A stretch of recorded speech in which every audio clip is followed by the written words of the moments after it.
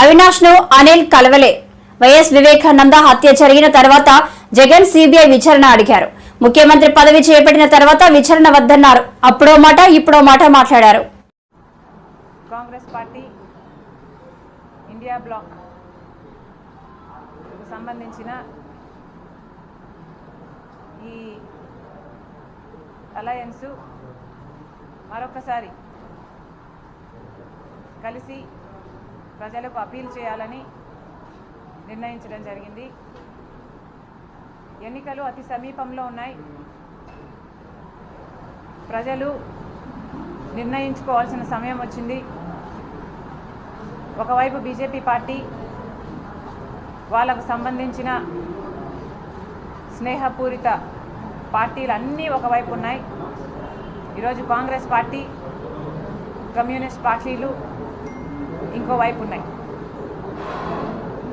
BJP party వైపే రాష్ట్రంలో ఉన్న తెలుగుదేశం పార్టీ అయినా, జగన్మోహన్ రెడ్డి గారికి చెందిన వైసీపీ పార్టీ అయినా బీజేపీ పార్టీతోనే ఉంది అని మరొక్కసారి స్ట్రెస్ చేస్తున్నాం.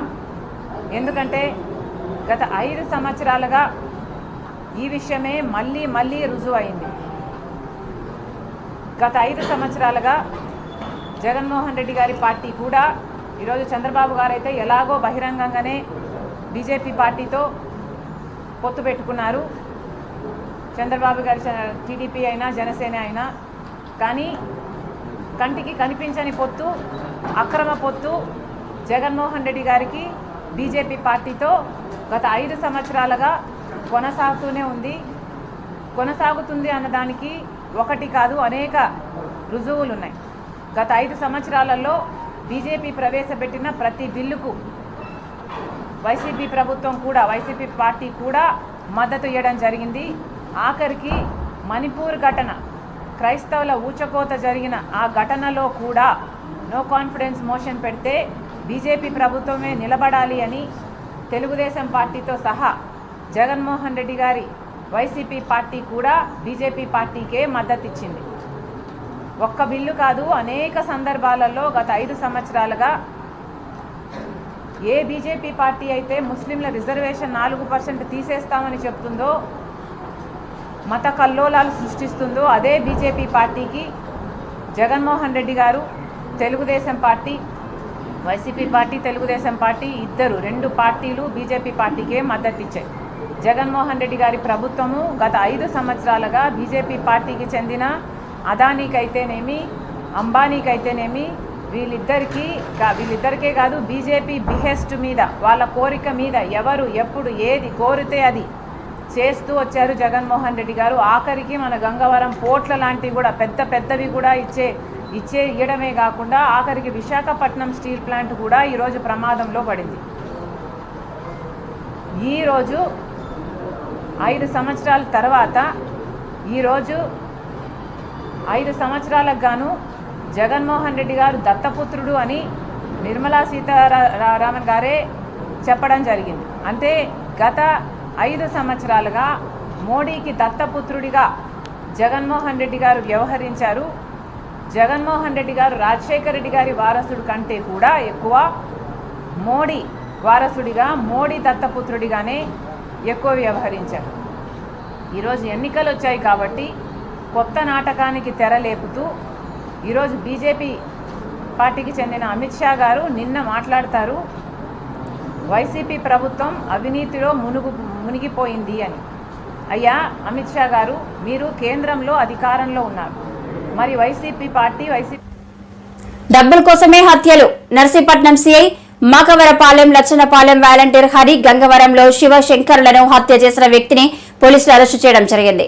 గంజాయి వ్యాపారం పేరుతో నగదు కోసం ఉపేంద్ర అనే వ్యక్తిని హత్య చేసినట్లు ఎస్ఐ సోమవారం మీడియాకు వెల్లడించారు. అందరికీ నమస్కారం. తేదీ 29/4/2024 రాత్రి జగ్గంగవరం విలేజ్లో రొత్తుల శివశంకరం అతన్ని గుర్తు చంపేశారని చెప్పి వాళ్ళ నాన్నగారు కంప్లైంట్ ఇచ్చారు. ఆ కేసులో నాగరపాలెం పోలీస్ స్టేషన్ రిజిస్టర్ చేశాము. ఆ కేసులో నిన్న ముద్దాయి అయిన Pecheti Upendra Babu, son of Apparao, 24 years, probable caste, అతను వడ్డర్ మోడల్ మండలం. అతను నిన్న అరెస్ట్ చేసి రిమాండ్కి పంపించాం. అతను ఇదే మర్డర్ కాకుండా లచ్చనపాలెంలో వాలంటీర్ హరినాథ్ మర్డర్ కూడా అతనే చేశాడు. అది కూడా అతను ఒప్పుకున్నాడు కన్ఫెషన్లో. అట్ ది సేమ్ టైము మునగపాకలో 2022లో అక్టోబర్ నెలలో చేసినటువంటి ఇంకో హత్యను కూడా ఒప్పుకున్నాడు. దాన్ని కూడా కన్ఫెస్ చేశాడు మీడియేటర్ సమక్షంలో. ఆ కేసులో కూడా మొత్తానికి 3 మర్డర్లు చేశాడు. 3 మర్డర్ కేసుల్లో కూడా అతన్ని నిన్న అరెస్ట్ చేసి రిమాండ్కి పంపడం జరిగింది. అతను ఇదే విధంగా దీనికి ముందు 2021లో వడ్డాది మడుగులో 2 మర్డర్ కేసులు చేశాడు. 2 మర్డర్లు చేశాడు. అందులో కూడా అతను జైలుకి వెళ్ళి బెయిల్ మీద వచ్చి ఇప్పుడు బెయిల్లో ఉన్నాడు. తర్వాత ఇతను ఎలా చంపుతాడంటే, ఎవరైనా కుర్రవాళ్ళు డబ్బుకు ఆశపడిన కుర్రవాళ్ళు ఉంటే లిక్విడ్ గంజా బిజినెస్ చేద్దామని చెప్పి వాళ్ళకి ఆశ చూపించి వాళ్ళకన్నట కొంచెం ఐసోలేటెడ్ ప్లేస్కి తీసుకువెళ్ళి అక్కడ కర్రతో కొట్టి చంపి వాళ్ళు తెచ్చిన డబ్బులను అనమాట తీసుకునే వెళ్ళిపోతాడు. ఇది ఇతని యొక్క అనుభవం. Thank you. ల్యాండ్ టైటిలింగ్ యాక్టుపై చంద్రబాబు మండిపడ్డారు. మీ తాతలు తండ్రి ఇచ్చిన పాస్ పుస్తకాలపై జగన్ ఫోటో ఎందుకు అడిగితేనే నాపై కేసు పెడతావా అంటున్నాడు. ఏం పిక్కుంటావో పిక్కు అని చెప్పా అని అన్నారు. తమిళ్లో భూమి మీద జగన్మోహన్ రెడ్డిదా? ఎవరు చెప్పారయ్యా? జగన్మోహన్ రెడ్డి చెప్తాడు నేను ఇచ్చానంటున్నాడు మీకు భూమి. కాదా? ఇది చూడండి, ఇది ఫోటో ఎవరిది ఫోటో ఎవరిది? జగన్మోహన్ రెడ్డి అవునా కాదా? ఏమి రాశాడు? జగనన్న భూ హక్కు పత్రం.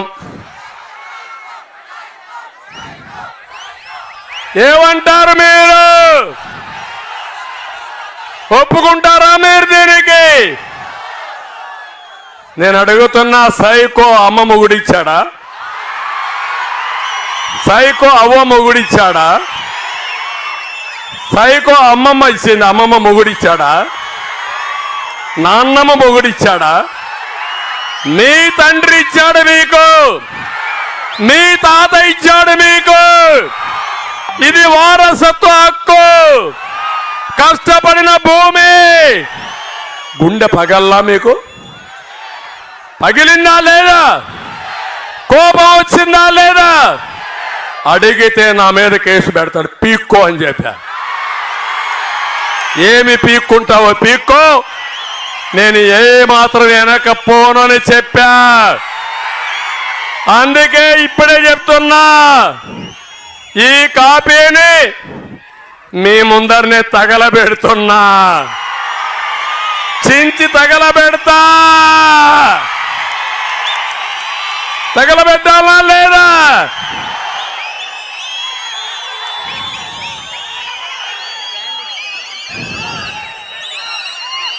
చించేసి తగలబెట్టేద్దామే, కనపడకూడదు.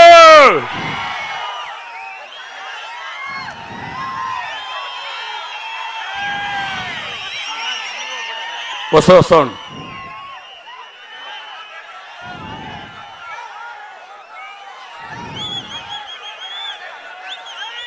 కాలేదమ్మా పూర్తిగా.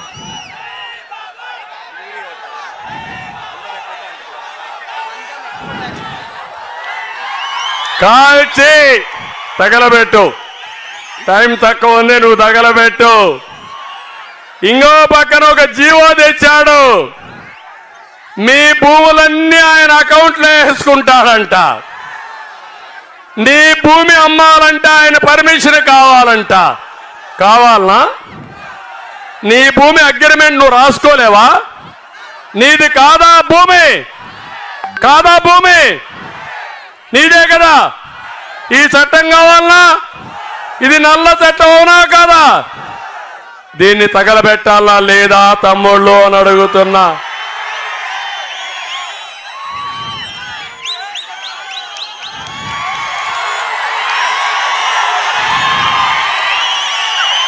ఏం తమ్ముళ్ళు? తగలబెట్టా, తగలేసా. అతను చేసే చెడు పనులకి మనం తగలేసే పని చేయాల్సి వస్తా ఉంది. అలాంటి సైకో మీకు కావాలనా? అలాంటి వ్యక్తి మీకు కావాలనా? మీ ఆస్తులు కొట్టేసేవాడు మీకు కావాలనా? మీకు ఆస్తులు పెంచేవాడు కావాలనా? అందుకే వచ్చా. విశాఖ నగరంలో నిత్యం 25 వరకు సైబర్ క్రైమ్ కేసులు నమోదు అవుతున్నాయని విశాఖ పోలీస్ జాయింట్ కమిషనర్ పాకిరప్ప తెలిపారు. సాధారణ ప్రమాదాల వివాదంతో సమానంగా సైబర్ క్రైమ్ కేసులు నమోదవుతున్నాయని అన్నారు.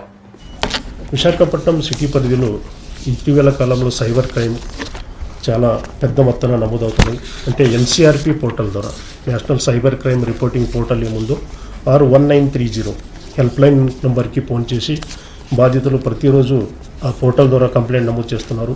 రోజుకి ఆయన average 20 to 25 cyber crime cases are reporting in the Visakhapatnam city.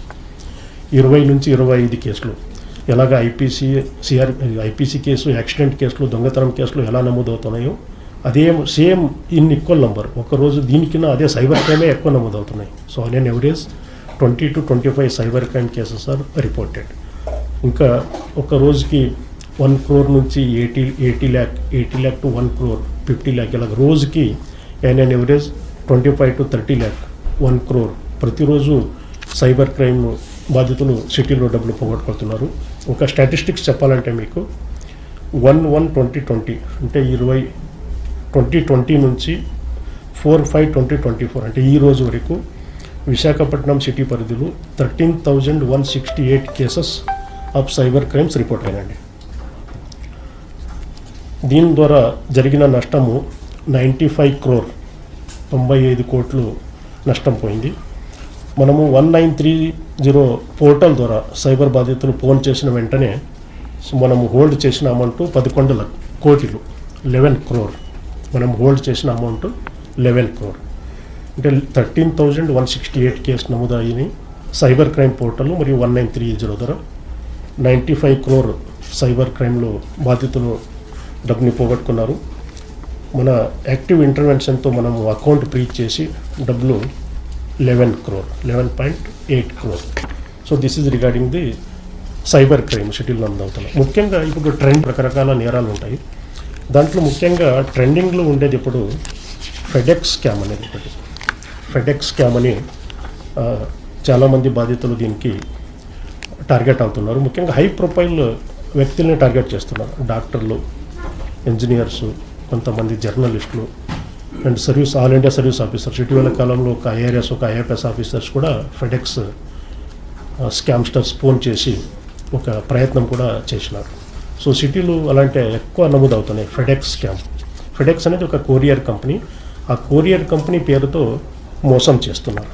ముఖ్యంగా ఇది ఎలా మొదలవుతుందంటే బాధితులకి ఒక ఫోన్ నంబర్ నుంచి మేము ఫెడెక్స్ కొరియర్ కంపెనీ నుంచి మాట్లాడుతున్నాము, మీ పేరు మీద ఒక పార్సల్ ముంబై నుంచి తైవాన్ వెళ్తుండగా ముంబై ఎయిర్పోర్ట్లో కస్టమర్ పట్టుకున్నారు. అందులో అక్రమ రవాణా వస్తువులు అయిన 5 ఫేక్ పాస్పోర్ట్లు, 3 credit cards. Visakhapatnam Telugu Desam party తూర్పు నియోజకవర్గంలో కళింగ వైశ్య ఆత్మీయ సమావేశం సుమారు 1500 మందితో జరిగింది. ముఖ్య అతిథులుగా విశాఖపట్నం పార్లమెంటు అభ్యర్థి శ్రీ భరత్, విశాఖ తూర్పు అసెంబ్లీ ఎమ్మెల్యే అభ్యర్థి వెలుగుపూడి రామకృష్ణబాబు పాల్గొన్నారు. వ్యాపారస్తులే ఏ పార్టీలో లేని విధంగా నా లెక్కలో మీరే స్టార్ క్యాంపెయిన్. ఎందుకంటే మేము రోజు ఎంతమంది పబ్లిక్ ని ఎలక్షన్ అప్పుడు కలుపుతాం తప్పితే మామూలప్పుడు తక్కువే కదమ్మా కలిసేది. ఏదో ఫంక్షన్ ఉంటే వస్తాం, లేకపోతే మీరు ఏదైనా పని ఉంటే ఆలోచుకొస్తారు. కానీ నిత్యం మీ షాపుల దగ్గర ప్రజలతో మమేకమై ఉండేది మీరే. అందుకని మీరే స్టార్ క్యాంపెయిన్ అని. ఈ 5 సంవత్సరాల వ్యాపారం చాలా బాగా నడిచింది అనుకున్న వాళ్ళు చూడలేదండి, ఏం లేదా? ఓకే, అయితే ప్రభుత్వం మార్చేద్దాం అనుకున్న వాళ్ళు చేయలేదండి. థ్యాంక్ యూ అమ్మా. పేదవాళ్ళకి సంక్షేమం చేయాలి అంటే రాష్ట్రంలో అభివృద్ధి ఉంటేనే చేయగలుగుతాం. రాష్ట్రాన్ని అప్పులు పాలు చేస్తే డబ్బులు చెట్టునే పెరగట్లేదు. ఏదో రోజు అది వచ్చి మనకి కొడుతుంది. ఎట్లా చెప్తాను, ఇవాళ మన రాష్ట్రం మీద అప్పు 13, అందరికి వినపడుతుందండి వెనకాల, రాష్ట్రం మీద అప్పు 13.5 లక్షలు. ఎంతండి? 13 లక్షల కోట్లు. వాళ్ళు చెప్పాలి, నేను చెప్పను. 13 లక్షల కోట్లు. వడ్డీ ఎంత? అంటే 1,00,000 కోట్లు వడ్డీకే పోతుంది. అసలు కట్టాలి కదా, వడ్డీ కడితే సరిపోతుందా? అసలు ఎంత కడదాం? 50,000 కడదాం. 50,000 కంటే 1,50,000 దానికి పోతే రాష్ట్రంలో మిగిలిపోయేది 1,37,000 అంతే. 1,37,000 కోట్ల ఆదాయంతో సంక్షేమ పథకాలు, జీతాలు, పెట్టుబడులు ఇవన్నీ ఎట్లా చేస్తామండి? అసాధ్యం. ఈ ప్రభుత్వం ఏం ఆలోచించిందంటే 5 సంవత్సరాలు ఏదో చేసి అబద్ధం చెప్పి తాకట్టు పెట్టి అప్పు చేసి చీట్ చేసి రెండోసారి గెలిస్తే చాలు. దాని తర్వాత ఇప్పుడు కొందరిని చంపేశాము ఆర్థికంగా, కొందరిని నిజంగా చంపేశాము. ఇంకా రెండో టైం ఇంకా దానికి ఎంతో ఉండదు. ఇంకా ఇది ట్రైలర్ మాత్రమే. వైసీపీ అరాచకం మనం చాలా చూసామని అనుకుంటున్నాము. ఇది ట్రైలర్ మాత్రమే. రెండోసారి వాళ్ళు గెలిస్తే మీ అందరూ ఒకసారి ఊహించండి. ప్రతి దగ్గర చెప్తున్నాం, వాళ్ళ బాబాయ్ చనిపోతే 4 గంటల కోసం వాళ్ళ టీవీ ఛానల్లో గుండెపోతే చనిపోయి అన్నారు. దాని తర్వాత నారాసుల రక్త చరిత్ర అన్నారు, సిబిఐ కేసు అన్నారు. 2019 అయిపోయిన తర్వాత పూర్తిగా సైలెంట్, ఏం మాట్లాడలేదు. ప్రభుత్వంలో ఉంటే ఎట్లా ఉంటుందో మీరే చూడండి.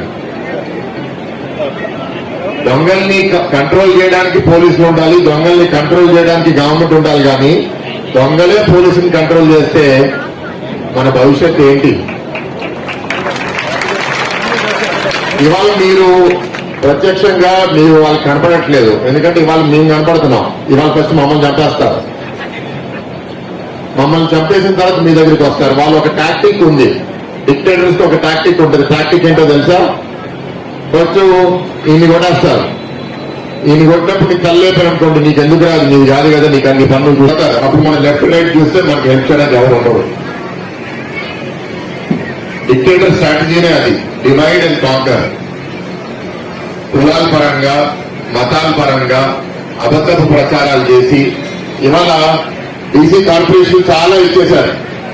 దాంట్లో ₹1 నిధులున్నాయా? అక్కడ కూర్చోడానికి కుర్చీ లేదు, ఆ కుర్చీ పైన ఫ్యాన్ కూడా లేదు. ఇవాళ కానీ విజిటింగ్ కార్డ్ అయితే ఉంది. ఇది కార్పొరేషన్ పరిస్థితి. 5 డిప్యూటీ చీఫ్ మినిస్టర్లు ఇచ్చారంటాడు. యాక్చువల్ గా ఈ ఉత్తరాంధ్ర సామంతరాజులు ఎవరు? 3 సంవత్సరాలు ఒకరు ఉన్నారు, లాస్ట్ 2 సంవత్సరాలు ఇంకొకరు వచ్చారు. అంటే ప్రజలు ఎన్నిక చేసిన ఎమ్మెల్యేలు, ఎంపీ. కాంగ్రెస్ పార్టీ యొక్క పాలన కోసం ఆనాటి కాంగ్రెస్ ప్రభుత్వం పరిపాలించిన విధానం కోసం వివరించడం జరిగింది. మళ్లీ రాజన్న రావాలంటే, ఇందిరమ్మ రాజ్యం రావాలంటే అది వైఎస్ షర్మిలకే సాధ్యమని విశాఖ దక్షిణ కాంగ్రెస్ ఎమ్మెల్యే అభ్యర్థి వాసుపల్లి సంతోష్ అన్నారు. సంతోష్ కుమార్, విశాఖపట్నం కాంగ్రెస్ పార్టీ అభ్యర్థిని. ఈరోజు 135 ఏళ్ల చరిత్ర గల కాంగ్రెస్ పార్టీ, 75 ఏళ్లు భారతదేశానికి సుదీర్ఘ పరిపాలన అందించినటువంటి కాంగ్రెస్ పార్టీ నుండి మా రాజన్న బిడ్డ వైఎస్ షర్మిలారెడ్డి గారు నేతృత్వంలో పనిచేయడానికి, దక్షిణ నియోజకవర్గంలో కాంగ్రెస్ పార్టీ యొక్క జెండాని రెపరెపలాడించడానికి నన్ను ఆశీర్వదించి కాంగ్రెస్ పార్టీ అభ్యర్థిగా ప్రకటించడం జరిగింది. ఈరోజు దక్షిణ నియోజకవర్గంలో విశాఖపట్నంలో ప్రతి ఒక్క వార్డుకి కార్యకర్తల కోలాహలంతో గడప గడపకి వెళ్ళడం జరుగుతుంది. కార్యకర్తలతో కలిసి, నాయకులతో కలిసి మా కాంగ్రెస్ పార్టీ యొక్క మేనిఫెస్టో, మరీ ముఖ్యంగా మహిళలకు ₹1,00,000 ఎవ్రీ మంత్, ప్రతి నెల ₹8,333, మరి గ్యాస్ కోసం కానీ, మరి ఆరోగ్యశ్రీ కోసం కానీ, ఫీజు రింబర్స్మెంట్ ద్వారా కోసం కానీ, వృద్ధులకు పింఛనీ కానీ, మరియు వికలాంగులు పింఛనీ కానీ, కరెంటు కోసం కానీ, ప్రతి ఒక్క పథకం ద్వారా కాంగ్రెస్ పార్టీని బలోపేతం చేయడానికి ఈరోజు కాంగ్రెస్ పార్టీని దక్షిణ నియోజకవర్గంలో జెండా రెపరెపలు ఆడించడానికి మా షర్మిలమ్మ గారి ఆశీస్సులతో సాయి సత్తుల కృషి చేస్తూ ఈరోజు ప్రతిపక్షం నుంచి, కూటమి నుంచి అభ్యర్థి అయినటువంటి వంశీకృష్ణ శ్రీనివాస్ మరి ఇప్పుడున్న ఎమ్మెల్యే వాసుపల్లి గణేష్ కుమార్ కోసం కూడా ప్రతి ఒక్కరికి కూడా చెప్పడం జరుగుతుంది. వీరిద్దరూ కూడా రంగా బిల్లాగా మా దక్షిణ నియోజకవర్గాన్ని దోచుకోవడానికి దాచుకోవడానికి ఈరోజు నియోజకవర్గంలో ఓట్లను ప్రభావితం చేస్తూ నియోజకవర్గం మొత్తం తిరుగుతున్నారు. ఈరోజు సాధారణ మత్స్యకార కుటుంబం నుంచి వచ్చిన నన్ను ఒక ఆటో డ్రైవర్ కొడుకుగా ప్రతి ఒక్కరు కూడా మా నిరుపేద కుటుంబం నుంచి వచ్చిన వ్యక్తిగా అందరూ కూడా ఆశీర్వదించి ఒక యువకుడిని రాజశేఖర్ రెడ్డి గారు కాంగ్రెస్ హయాంలో ప్రవేశపెట్టిన ఫీజు రింబర్స్మెంట్ ద్వారా చదువుకొని ఈరోజు ఒక సివిల్ ఇంజనీర్గా పలు ఇంటర్నేషనల్ కంపెనీలో పనిచేస్తూ ఇలాంటి విద్యావంతుణ్ణి ఈరోజు మనం ఆదరించాలి, దీవించాలి, నడుం బిగించాలి, గడప గడపకి చెప్పాలి. నా అక్కలు, చెల్లెళ్ళు, యువకులు ప్రతి ఒక్కరు కూడా ఈరోజు కాంగ్రెస్ పార్టీ నుంచి వచ్చిన అభ్యర్థి అయిన నన్ను ఆశీర్వదించడానికి సిద్ధంగా ఉన్నారు. వీళ్ళిద్దరిని తిప్పకొట్టడానికి సిద్ధంగా ఉన్నారు.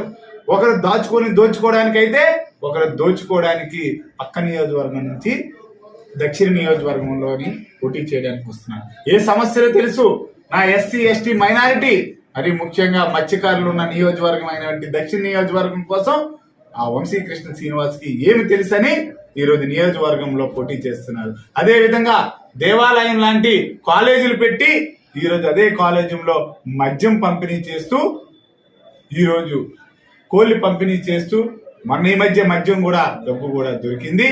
ఇవన్నీ కూడా ఈరోజు ఈ వాసిపల్లి గణేష్ కుమార్ మా ఓటర్లను దొంగలించడానికి ఈరోజు గణేష్ కుమార్ మా దక్షిణ నియోజక ప్రజల్ని మోసం చేయడానికి ఈరోజు నడుం బిగించుకున్నారు. ఈరోజు దశాబ్ద కాలం పాటు ఈరోజు దక్షిణ నియోజకవర్గాన్ని పరిపాలించారు. ఏం అభివృద్ధి ఒడగట్టారని, ఏ కాలుష్య సమస్యలు ఒడగట్టారని, ఏ వార్డు యొక్క సమస్యలు ఒడగట్టారని 41వ వార్డు కానీ 33వ వార్డు కానీ 30 కానీ 31 కానీ ప్రతి ఒక్క వార్డుల్లో కూడా సమస్యలు కోసం ఈ రోజు మేనిఫెస్టో రిలీజ్ చేయడం జరిగింది. ఇన్ని రోజులు గుడ్డు గుర్రానికి పళ్ళుతో మేడ. మరి ఈ రోజు ఆ సమస్యలు గుర్తొచ్చాయా ఆయనకి? మరి ఇన్ని రోజులు ఆ సమస్యల మీద దశాబ్ద కాలం పాటు నువ్వు ఎమ్మెల్యేగా ఉన్నావు కదా, మరి ఇప్పుడు వరకు ఎందుకు అవి నువ్వు తీర్చలేకపోయావు? ఎందుకు అవి చేయలేకపోయావు?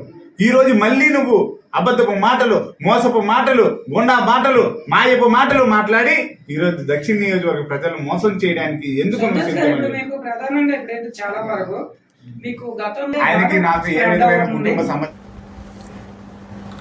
వైసీపీకి ఓటేస్తేనే పథకాలు కొనసాగుతాయని, చంద్రబాబుకు ఓటేసి తాగిపోతాయని జగన్ మరోసారి అన్నారు. మేనిఫెస్టోలోని 99% హామీలు నెరవేర్చామని అన్నారు. అధికారం దక్కితే చంద్రబాబు చేసే మాయలు, మోసాలు ఎలా ఉంటాయో 2014లో ఇచ్చిన ఈ పాంఫ్లెట్ చూస్తే మీకే అర్థమవుతుంది. గుర్తుందా అన్న ఈ పాంఫ్లెట్? అన్న ఈ పాంఫ్లెట్ గుర్తుందా? అక్క ఈ పాంఫ్లెట్ గుర్తుందా? కింద చంద్రబాబు సంతకం కనిపిస్తా ఉందా? పైన ముగ్గురు ఫోటోలు కనిపిస్తా ఉన్నాయా? 2014లో ఇదే పెద్ద మనిషి చంద్రబాబు నాయుడు గారు తాను ఎన్నికలకు వెళ్ళేటప్పుడు ముఖ్యమైన హామీలు అని అంటూ తాను సంతకం పెట్టి స్వయంగా ఈ కూటమిలో ఉన్న వీళ్ళ ముగ్గురి ఫోటోలు వేసి ప్రతి ఇంటికి పంపించాడు ఈ పాంఫ్లెట్.